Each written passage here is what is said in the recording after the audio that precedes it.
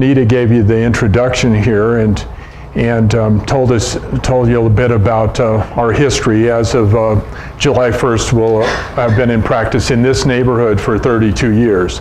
And it's been quite a wild ride in the world of medicine over those 32 years. I would never have predicted some of the things that have happened in medicine. And many of them are actually good. So I want to talk about some of those today. Personalized medicine. So personalized medicine, what is that? What it's come to define in current thinking, it relates to genomic medicine, or looking at your DNA, looking at the Human Genome Project and trying to customize your care to your own genetic makeup. This originated in the realm of oncology or cancer treatment with breast cancer. Breast cancer often will have receptors on the cancer cells themselves for hormones such as progesterone or estrogen. And this then led to medications, chemotherapies that could actually affect the outcome of the cancer. For example, if you had estrogen receptors on your breast cancer, you would take an estrogen blocker, and that would slow the growth or stop the growth of the cancer. So this became synonymous with personalized medicine, and now we're moving toward other areas of medicine other than just oncology or cancer treatment. So we're moving into the realm of the everyday kind of things we treat, such as heart disease, high blood pressure, diabetes. All of those things are coming under the realm of personalized or genomic medicine. But for us at N1, personalized medicine is beyond genomic medicine. It's beyond the DNA. It's looking at you as a whole person and figuring out what's the best treatment, the best options for you as an individual, and in that way we talk about it as personalized. So moving along, well, who's this? Does anybody know who this is? Yeah, Chester Nez. He was the last of the Navajo code talkers to die recently. He was 93 years old. And reading his obituary, I learned something about what happened back then in World War II. Then he and his fellow Navajos were influential in helping confuse the enemy on the battlefield, using their language, their native Dene language, as a code. And I always thought, well, they were just talking Navajo, but it was beyond that.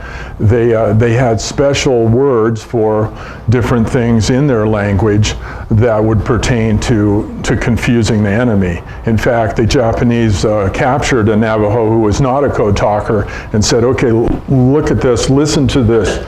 It's not written down, but we've got this recording of your Navajo language. What are they saying? He said, well, there's a potato and there's a hummingbird, and they're coming together in some direction. So they had their own words for military lingo. And this code represents a language. And when we talk about genetic code, we're talking about the language of your body. Each one of your cells has that code in it, in the DNA, in the nucleus of the cells.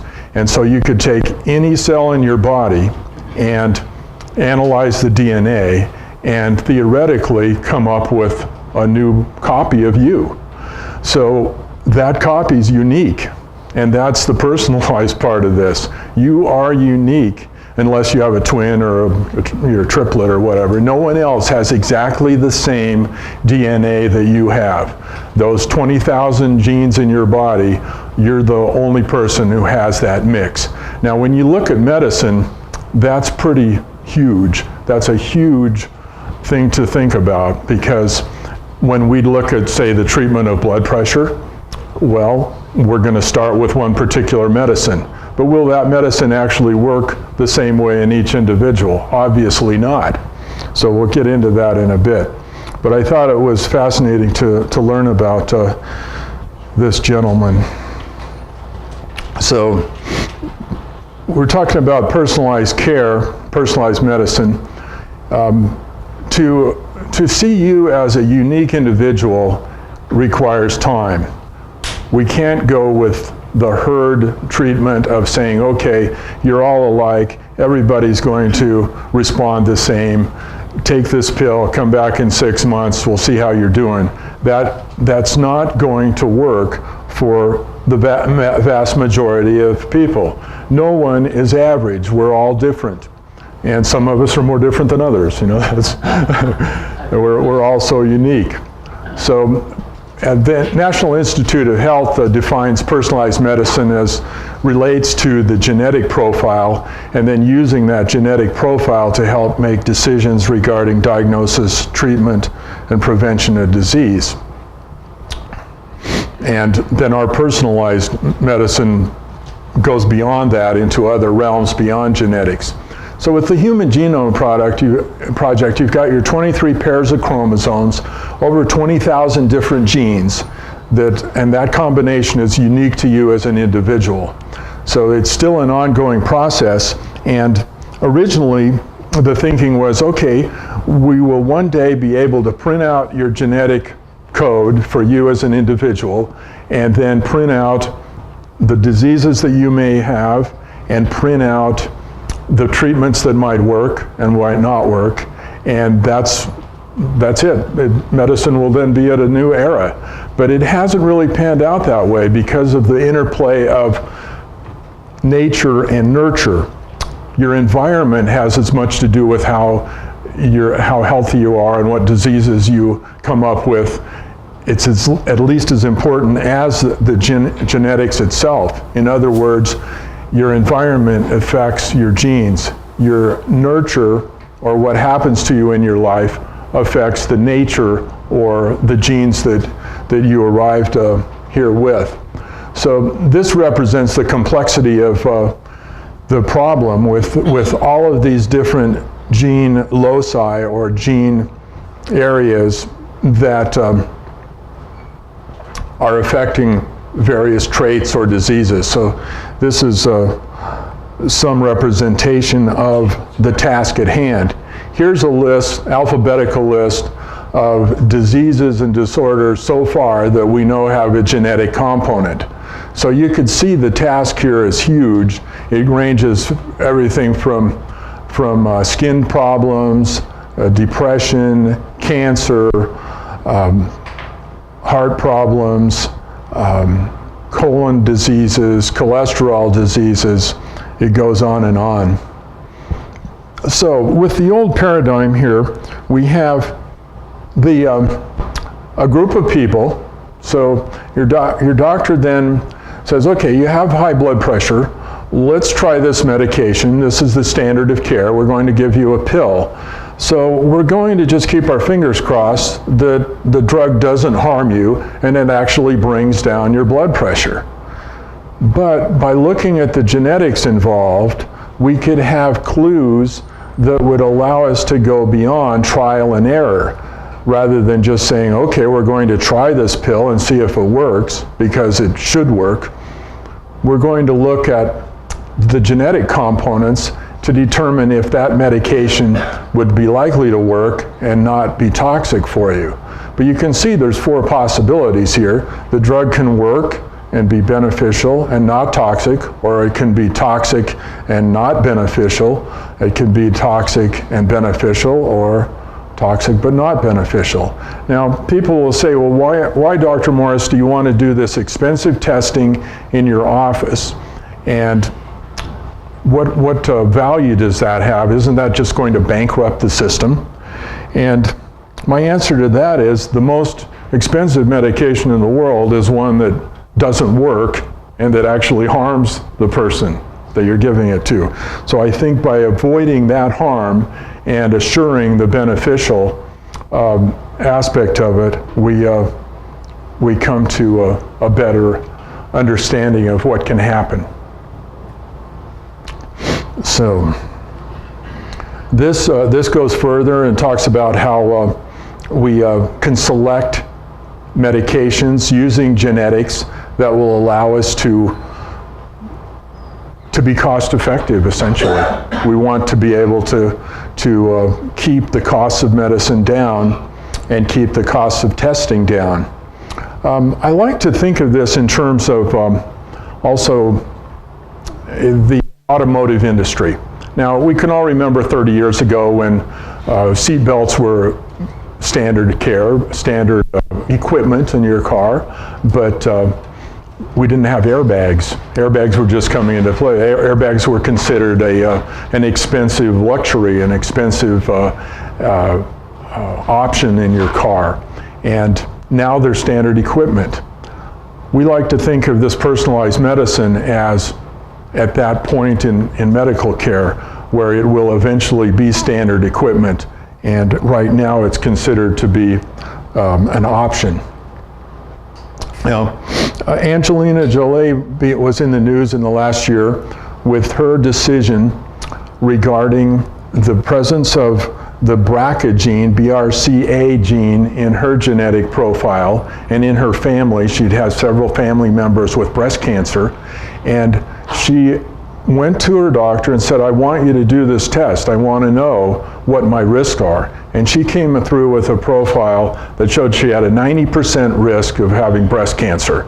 Now, in that setting, would any rational person say, okay, I'm just going to live with this risk of 90%. I'm going to go get my mammograms every year. If there's an abnormality, I'll get a biopsy, and then I have a 90% chance of getting breast cancer anyway. She opted to have both of her breasts removed to alleviate that risk, and then to go on about her life with some increased level of relaxation regarding her future health. And this had an unintended consequence of lowering the cost of the BRCA gene testing. It went down from thousands of dollars to more like hundreds of dollars. So it was very beneficial to have a high-profile case like this come up in the media. In other words, she did us a favor. There are other cases involving colon cancer. Colon cancer in certain families is nearly 100% incidence rate. So some people will have their colons removed, which is drastic, but when you think you're saving yourself from colon cancer, then it's an important decision. So what we do here at N1 Health is go beyond genetic testing for cancers. We leave that to the cancer specialists, and we go into genetic testing for lifestyle and more common diseases such as cardiac, weight control, pain management, and mental health. We have profiles through the Pathway Genomics company to give you an idea of your cardiac risks, your weight control options, dietary considerations as to what types of foods would be most likely to help you stay healthy and keep your weight under control, and also whether exercise can help you and what types of exercise would be most beneficial. Some people have a profile that shows that they have enhanced benefit from exercise for control of their blood pressure, for prevention of diabetes, and for control of their weight. Those people we really encourage to get to see exercise as not just something we all should be doing, but as an actual therapy, a medication. We know that a good round of half an hour of aerobic exercise a day has only about a day's worth of effect. So you need to take another dose of that medication every day. And this is one of our typical printouts from the cardiac DNA Insight.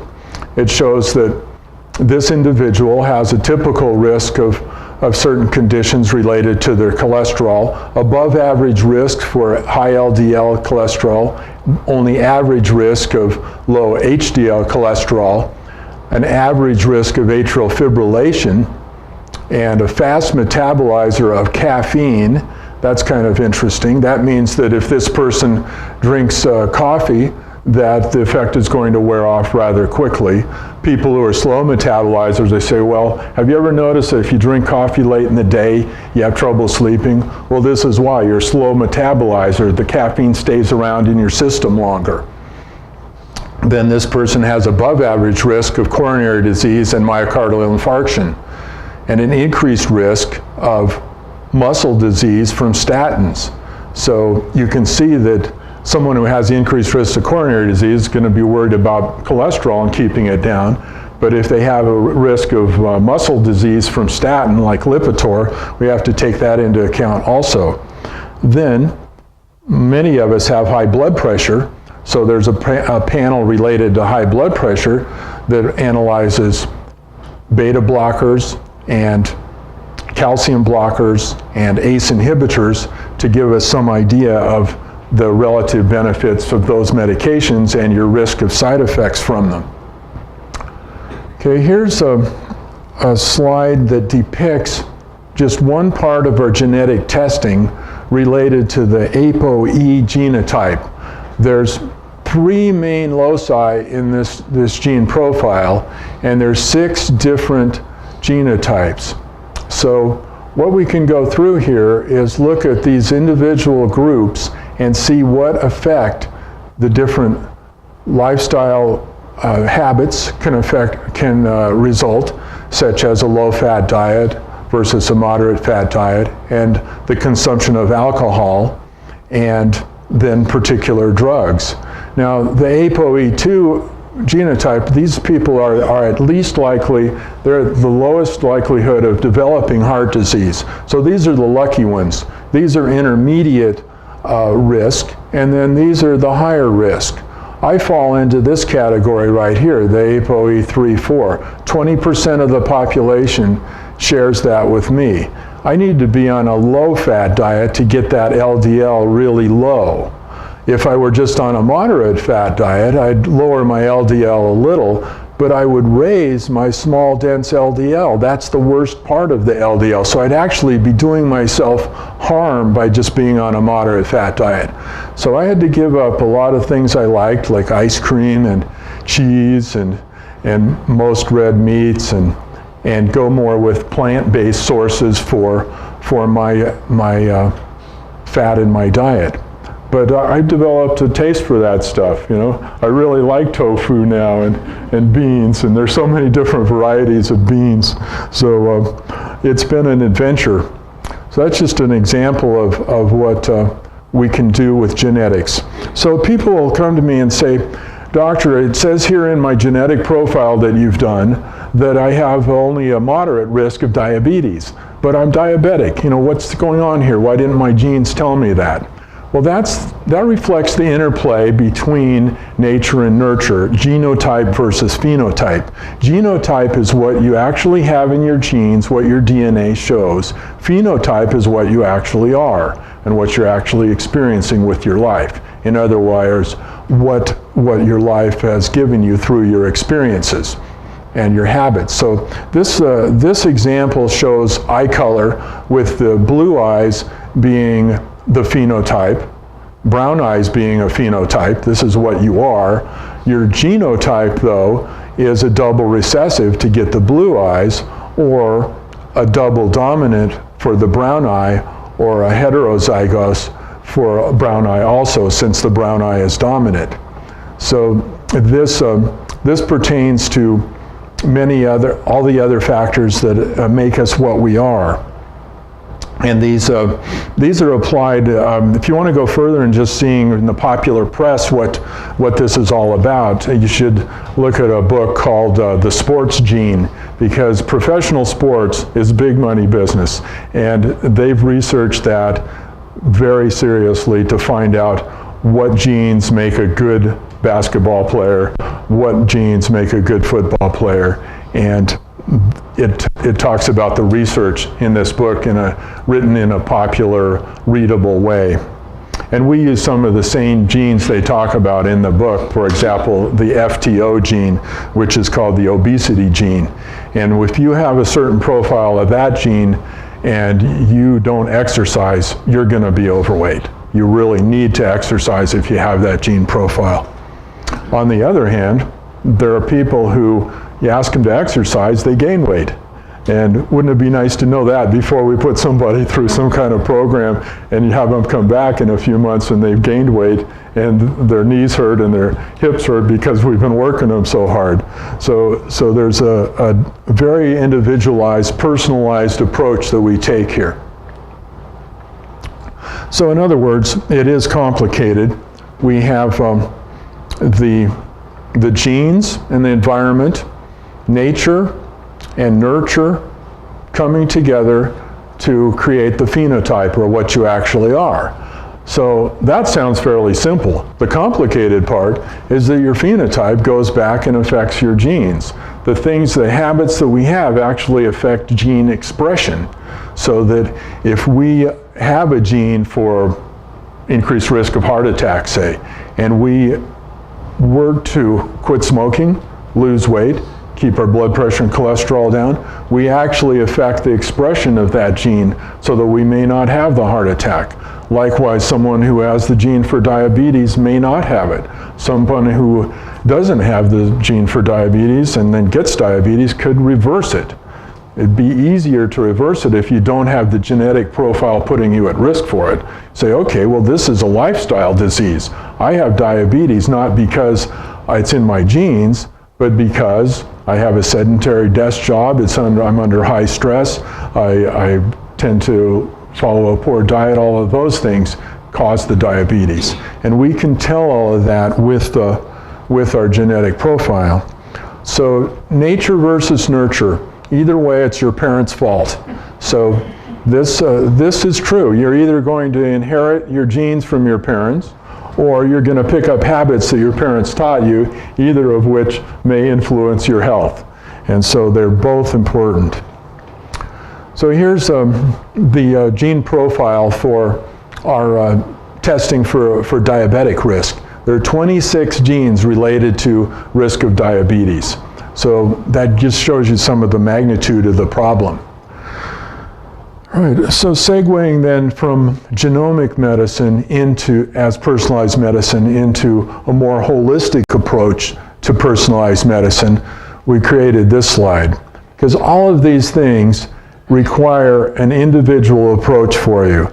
We have the genetics here, genetic analysis. We've just spent, quite a bit of time talking about that. But there are other things that we do here also. We can measure your body composition through technology that will allow us to see how much muscle's on your body. Some people come in to the doctor and say, I'm fatigued, I don't know what's wrong, we've been through all these tests, I just don't know what's wrong with me, I can't seem to have any energy, and we'll do body composition and show them that you're low on muscle, your muscle mass is very low, and you need muscle to maintain energy to get through the day. And this can happen in people with normal blood tests, normal heart tests, normal lung tests, but they'll miss one thing, and that is being able to measure body composition. When you go to the doctor, the standard of care is we measure your height and weight and get your body mass index, BMI. That's a simple test. It's a good test, but it only correlates your height and your weight. It doesn't say anything about what could be hiding underneath that weight.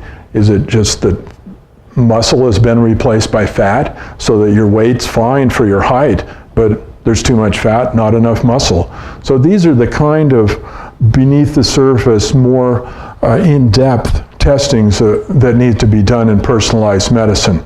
Also, we have a full-time health coach here on our staff, and she can put you through fitness metrics. People will ask, well, what do I need a health coach for? I'm not a senior Olympian, but as we age, we're all in the Olympics, and the Olympic event is successful aging.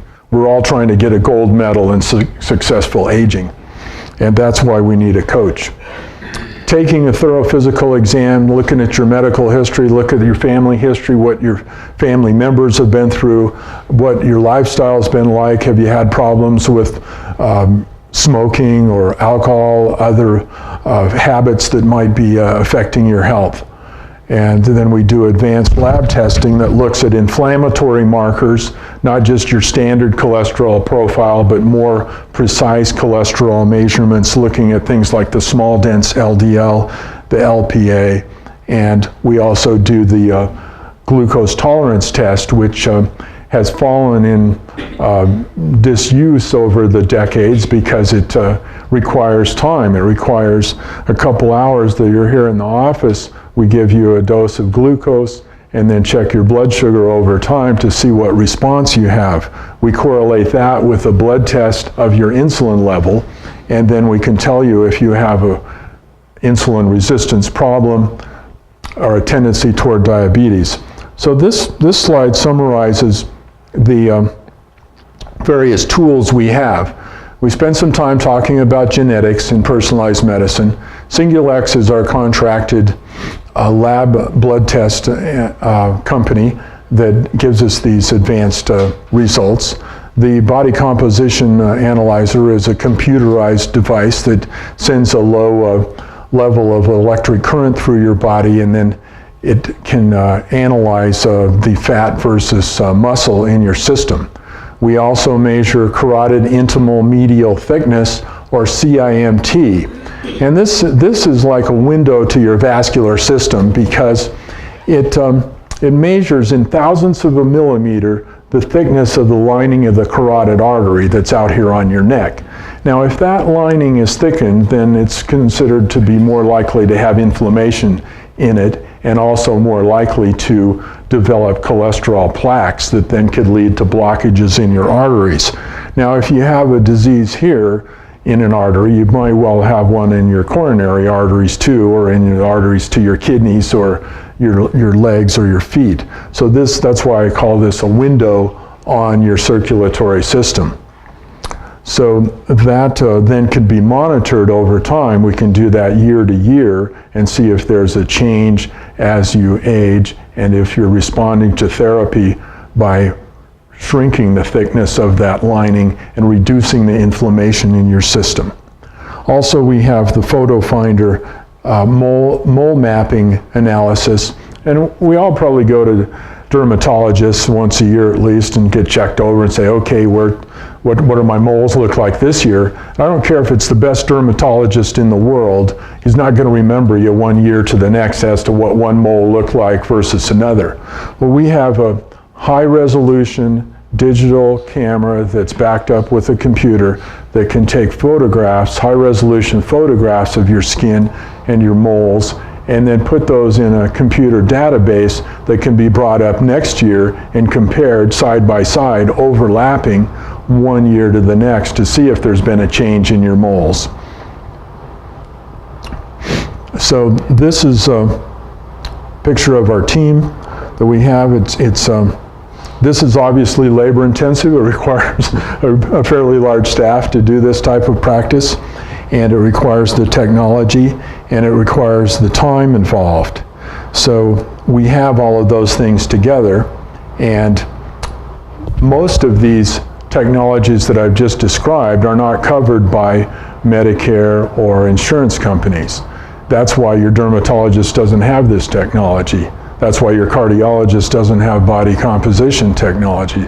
There's no way to get it paid for through insurance or Medicare. And that's why we are able to offer these in a practice that requires a membership fee to be part of the practice. It's an added service. So this slide is where I'd like to end the talk. And this represents a young person. Let's all think back to when we were in our 20s and we were looking forward to a life well lived. What would it be? What would our dream of a good life be? Well, it involves, good relationships, having a successful marriage, successful career, but health is a big part of it too. And you want to have a healthy, long life. Now, there's a problem with America today that we're in this epidemic of ill health, epidemic of diabetes, heart disease, cancer. And that's what I represent this curve by. So that suppose you you get through childhood, you're really healthy, you get through college, you're in good shape, and then you get into your career and you start gaining weight, you have increased stress, family responsibilities, your blood pressure goes up, you start on medication for that, for cholesterol, you have some chest pain in the middle of the night, you go to the emergency room when you're, say, 50 or 60, and you get a bypass, and you may or may not have other complications, diabetes, end up on lots of medications, lots of visits to the doctor, and you end up leaving this life, as we all do, preferably at a fairly old age. Of, the average American lives to about 80 years old. So what I'm representing here is the quality we're looking at. I don't see that as a quality life, being on a lot of medications, dealing with the side effects, dealing with lots of different doctors with their specialization, the specialization of their care. What I propose is through N1 Health, we would maintain our health longer with fewer medications through lifestyle changes, using medications only when necessary, and that way you push this curve out so you're healthier longer, you have more energy, you're able to enjoy your family, enjoy your career and your avocations, travel, sports, whatever it is. You may end up dying at about the same age, but this area under the curve represents quality of life that's priceless. So that's my talk, and I hope you found this personalized medicine to be worthwhile. And if you have any questions, I'd be happy to show you around or give you a tour of the facility or answer any specific questions you might have.